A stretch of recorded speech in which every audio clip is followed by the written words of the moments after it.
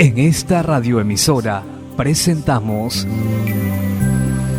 Llaves para vivir con éxito, a cargo del internacionalmente conocido maestro de la Biblia y escritor Derek Prince, quien comparte su experiencia personal y ministerio cristiano en Llaves para vivir con éxito.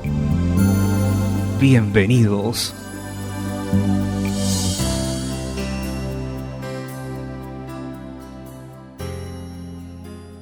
Llaves para vivir con éxito presentan Lo que la palabra de Dios hará para usted 1, parte 1. Me alegro de estar nuevamente con usted en el comienzo de otra semana en la que estaré compartiendo las verdades que la vida me ha enseñado y que han hecho la diferencia entre el éxito y el fracaso en mi vida, y que pueden hacer lo mismo por usted. Hoy y durante el resto de esta semana estaré desarrollando el tema Lo que la palabra de Dios hará para usted, o los resultados que Dios quiere producir en usted con su palabra, o los resultados que usted esperaría experimentar si se abriera a la palabra de Dios. Escuche con expectativa esta charla de hoy y las otras de esta semana. Abra su corazón ahora y reciba con expectativa lo que le estoy diciendo. Espera recibir algo positivo y bueno en los siguientes momentos, mientras continúa escuchando. Primeramente tenemos que entender la naturaleza de la palabra de Dios, porque es única, es muy diferente a cualquier cosa que hayamos encontrado en nuestras vidas. La palabra de Dios no es solo marcas negras sobre papel blanco, hay muchísimo más que eso. La única fuente de información para encontrar lo que es se encuentra en la palabra de Dios misma. Así que voy a mostrarle primero algunas de las cosas que la palabra de Dios tiene que decir de sí misma. Comenzaré en el Salmo 33, versículo 6, donde dice: por la palabra de Jehová fueron hechos los cielos, y todo el ejército de ellos por el aliento de su boca, donde la traducción dice aliento. La palabra hebrea es realmente espíritu. Por supuesto que existe una relación muy cercana entre el aliento y el Espíritu Santo. El aliento de Dios es llamado en las Escrituras el aliento de Dios Todopoderoso. Necesitamos ver que las dos cosas que se habla aquí en el versículo son la palabra del Señor y el Espíritu del Señor. La palabra de Dios y su Espíritu operando juntos hicieron los cielos y todo su ejército. Realmente fue todo el universo el que fue hecho por la palabra y el Espíritu de Dios. Ciertos principios que tenemos que entender: primero, que la palabra y el Espíritu de Dios operan siempre juntos y en perfecta armonía. En el mismo comienzo de la Biblia tenemos esa declaración. En Génesis capítulo 1, verso 2, y el Espíritu de Dios se movía sobre las aguas, y el siguiente versículo dice: y dijo Dios, es decir, la palabra de Dios salió. Tenemos pues en el mismo principio de la creación de la palabra y al Espíritu de Dios. Y cuando la palabra y el Espíritu de Dios se unieron de esa manera, el resultado fue la creación. Dijo Dios: sea la luz, y fue la luz. Así pues, el poder creativo responsable del universo entero es la palabra y el Espíritu de Dios operando juntos. Es importante que la entendamos, porque eso significa que cuando usted recibe la palabra y el Espíritu de Dios en su vida, usted está recibiendo todo el poder creativo de Dios. El poder que hizo todo este vasto universo que fue creado está a su disposición por medio de la palabra y el Espíritu de Dios. Entonces en Isaías 55, verso 11, Dios declara que su palabra nunca fracasará en su intento y propósito. Dice así: así será mi palabra que sale de mi boca. No volverá a mí vacía, o sin efecto, o sin cumplir mi deseo, sino que hará lo que yo quiero, y será prosperada en aquello para que la envíe. En otras palabras, cuando la palabra de Dios sale, cumple siempre lo que Él desea. Tiene éxito en hacer el propósito para el cual fue enviada. Usted puede depender absolutamente de la palabra de Dios. Podemos decir que hay una garantía escrita que hará lo que ha sido enviada a hacer. Si usted tuviese que comprar cualquier equipo en una de las tiendas grandes de su país, casi invariablemente el fabricante le hará una garantía escrita de lo que compra. Así es la garantía escrita de Dios con su palabra, hará exactamente lo que dice. Y en el Nuevo Testamento, cuando Jesús habla en Juan 6:63, dice: las palabras que yo os he hablado son espíritu y vida. No solo son sonidos en el aire, ni marcas solamente, sino que hay en ellas espíritu y vida, el mismo espíritu y la misma vida de Dios. También en Hebreos capítulo 4, verso 12 tenemos esa declaración de la palabra de Dios: porque la palabra de Dios es viva y eficaz y más cortante que toda espada de dos filos, y penetra hasta partir el alma y el espíritu y las coyunturas y los tuétanos, y discierne los pensamientos y las intenciones del corazón. La palabra que se traduce allí como eficaz es la misma palabra en griego que se traduce como dinámica. Yo creo que es una descripción más vivida de lo que es la palabra de Dios.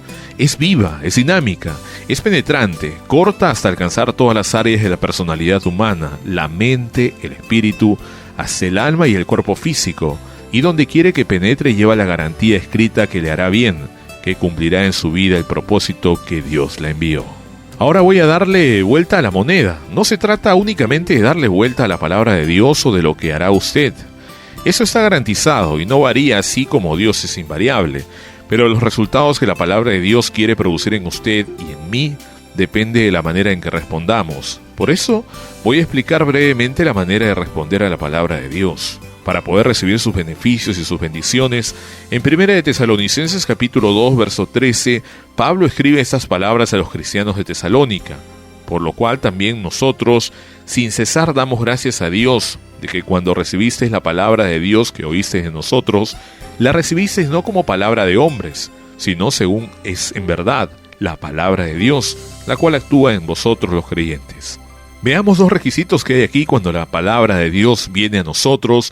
No debemos recibirla como algo escrita por hombres o como un mensaje humano, sino que debemos reconocer que es un mensaje directo de Dios. Es la palabra de Dios y no del hombre. Segundo, tenemos que recibirla con fe, tenemos que creerla, y cuando la recibimos como la palabra de Dios y la creemos, Pablo dice que hará su obra en nosotros, hará la intención de Dios. Recuerde pues los dos requisitos que hay aquí.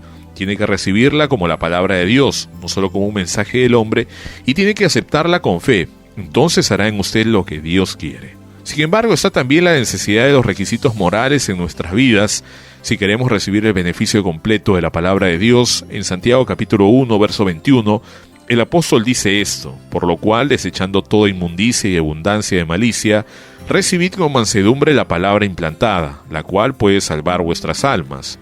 Note la palabra implantada, es algo que tiene vida y crecerá, de manera que cuando la reciba, plántela en su corazón y vida y echará raíces, crecerá y llevará su fruto, el resultado que Dios quiere dar.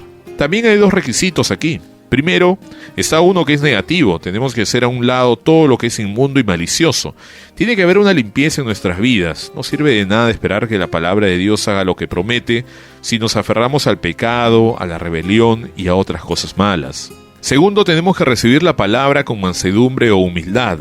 Ese es un requisito muy importante, la mansedumbre. Estar abiertos para ser enseñados. No podemos actuar como un niño respondón y malcriado diciéndole a Dios lo que queremos oír, sino que debemos recibir con mansedumbre lo que Él está diciendo. Quiero enfatizar para terminar que Dios es el que selecciona a sus estudiantes, y si queremos ser uno de esos estudiantes, uno que aprende la enseñanza suya, tenemos que cumplir con ese requisito y los otros. Sus requisitos están claramente anunciados en el Salmo 25, y ahí hay unos versículos que voy a leer. El 9, encaminará a los humildes por el juicio y enseñará al manso su carrera. El 12, ¿quién es el hombre que teme a Jehová? Él enseñará su camino que ha de escoger. El 14, la comunión íntima o el secreto de Jehová es con los que le temen, y a ellos hará conocer su pacto. Nuevamente tenemos dos requisitos de carácter si queremos que Dios nos enseñe sus caminos y si queremos entender su pacto. El primero es que debemos ser humildes. El segundo es que debemos temer y respetar reverentemente al Señor. Son dos requisitos absolutos si queremos recibir de la palabra de Dios lo que Dios quiere en nuestras vidas cuando la envía. Si queremos aprender, si queremos conocer los secretos maravillosos de Dios, si queremos compartir sus profundos y maravillosos pensamientos, tenemos que llenar los requisitos de nuestros caracteres, que son humildad y temor reverente a Dios.